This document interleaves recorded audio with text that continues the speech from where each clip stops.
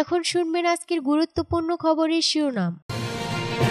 পশ্চিম তীরে ইসরায়েলি বাহিনীর গুলিতে 2 ফিলিস্তিনি শিশু নিহত।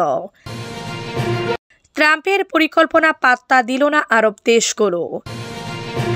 আফগান সীমান্তে পাকিস্তান সেনাবাহিনীর অভিযানে 300 উগ্রবাদী নিহত। শিক্ষার্থীদের বিক্ষোভে অস্থির ইন্দোনেশিয়া। চীনে নতুন করোনা ভাইরাস শনাক্ত, ফের মহামারীর শঙ্কা। বাংলাদেশে $29 বিলিয়ন কারা পেয়েছে, যা বললেন ট্রাম্প। পশ্চিম তীরে ইসরায়েলি বাহিনীর গুলিতে 2 ফিলিস্তিনি শিশু নিহত। অধিকৃত পশ্চিম তীরে শুক্রবার ইসরায়েলি সেনাবাহিনীর গুলিতে 2 ফিলিস্তিনি শিশু নিহত হয়েছে। ইসরায়েলি বাহিনীর গুলিতে হেব্রনে 12 বছর বয়সী আইমান নাসের আল হাইমুনি এবং জেনিনে 13 বছর বয়সী রিমাস আল আমুরি নিহত হয়েছেন বলে জানিয়েছে ফিলিস্তিনি স্বাস্থ্য মন্ত্রণালয় ও ওয়াফা সংবাদ সংস্থা। হেব্রনের দক্ষিণে আত্মীয়দের সাথে দেখা করার সময় আল হাইমুনের উপর ইসরায়েলি বাহিনী গুলি চালায়। তাকে দ্রুত হাসপাতালে নিয়ে যাওয়া হলে সেখানে সে মারা যায়। এদিকে আল আমুরির পেটে গুলি লাগে এবং তাকে জেনিন সরকারি হাসপাতালে নিয়ে যাওয়া হলে কিছুক্ষণ পরে তাকে মৃত ঘোষণা করা হয়। প্যালেস্টাইন ডিসিআইপি জানায় শুক্রবার বিকেলে জেনিনে তার বাড়ির উঠোনে দাঁড়িয়ে থাকা অবস্থায় তাকে গুলি করা হয়। টানা 2য় মাস ধরে ইসরায়েলি সামরিক বাহিনী উত্তর পশ্চিম তীরের শরণার্থী শিবির গুলিতে বিশেষ করে জেনিন, তুল কারেম ও তোবাসে অভিযান পরিচালনা করছে। ট্রাম্পের পরিকল্পনা পাত্তা দিল না আরব দেশগুলো। মার্কিন প্রেসিডেন্ট ডোনাল্ড ট্রাম্পের ফিলিস্তিনি বাসিন্দাদের সরিয়ে গাজা নিয়ন্ত্রণ নেয়াই মার্কিন প্রস্তাবের বিরুদ্ধে যুদ্ধরত পূর্ণ ঘটনের পরিকল্পনা নিয়ে রিয়াদে শুক্রবার বৈঠক করেছেন আরব নেতারা। রিয়াদ থেকে বার্তা সংস্থা এএফপি এ তথ্য জানিয়েছে।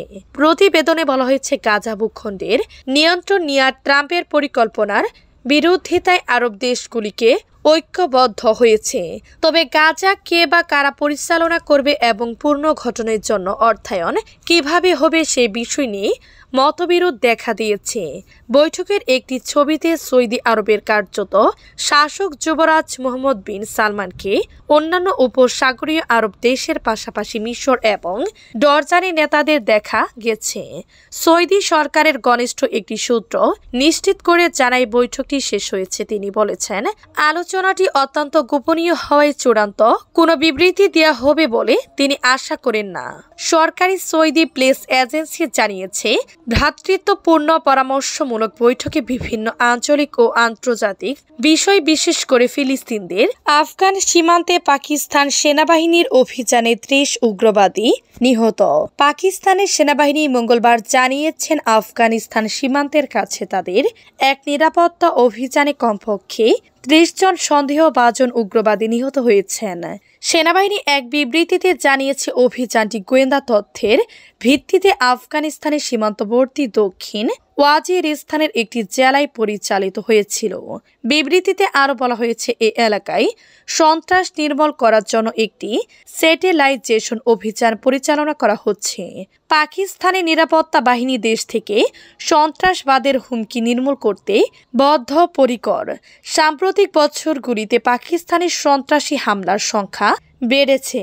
ইসলামাবাদ অভিযান করেছে যে আফগানিস্তান তেহরিক-ই-তালিবান পাকিস্তানে টিটিপি অনুগত উগ্রবাদীদের বিরুদ্ধে ব্যবস্থা নিচ্ছে না। গোষ্ঠীটি আফগানিস্তান থেকে তাদের তৎপরতা চালায় বলে অভিযোগ করা হচ্ছে। তবে কাবুল এ অভিযোগ অস্বীকার করেছে। পাকিস্তানে এ পর্যন্ত 444টি সন্ত্রাসী হামলায় কমপক্ষে 685 জন নিহত হয়েছেন। 2024 সালটি গত 2 দশকের মধ্যে পাকিস্তানি নিরাপত্তা বাহিনীর জন্য সবচেয়ে মারাত্মক বছরগুলোর মধ্যে একটি হয়ে উঠেছে। শিক্ষার্থীদের বিক্ষোভে অস্থির ইন্দোনেশিয়া। ইন্দোনেশিয়ায় বাজেট কাটছাঁট সহ সরকারের বিভিন্ন নীতির বিরুদ্ধে রাজপথে নেমেছেন শিক্ষার্থীরা।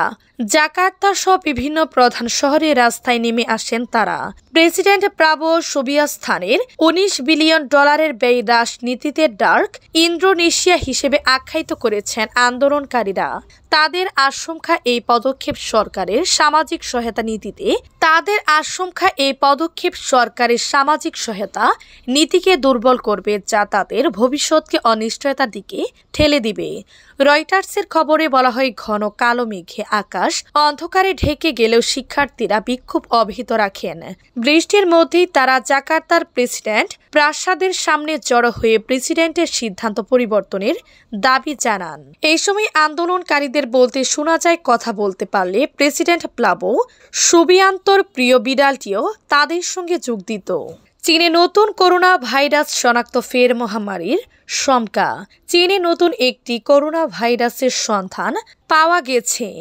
HKU5CoV-2 নামের এই ভাইরাসের সঙ্গে মহামারী ভাইরাসের বেশ মিল রয়েছে।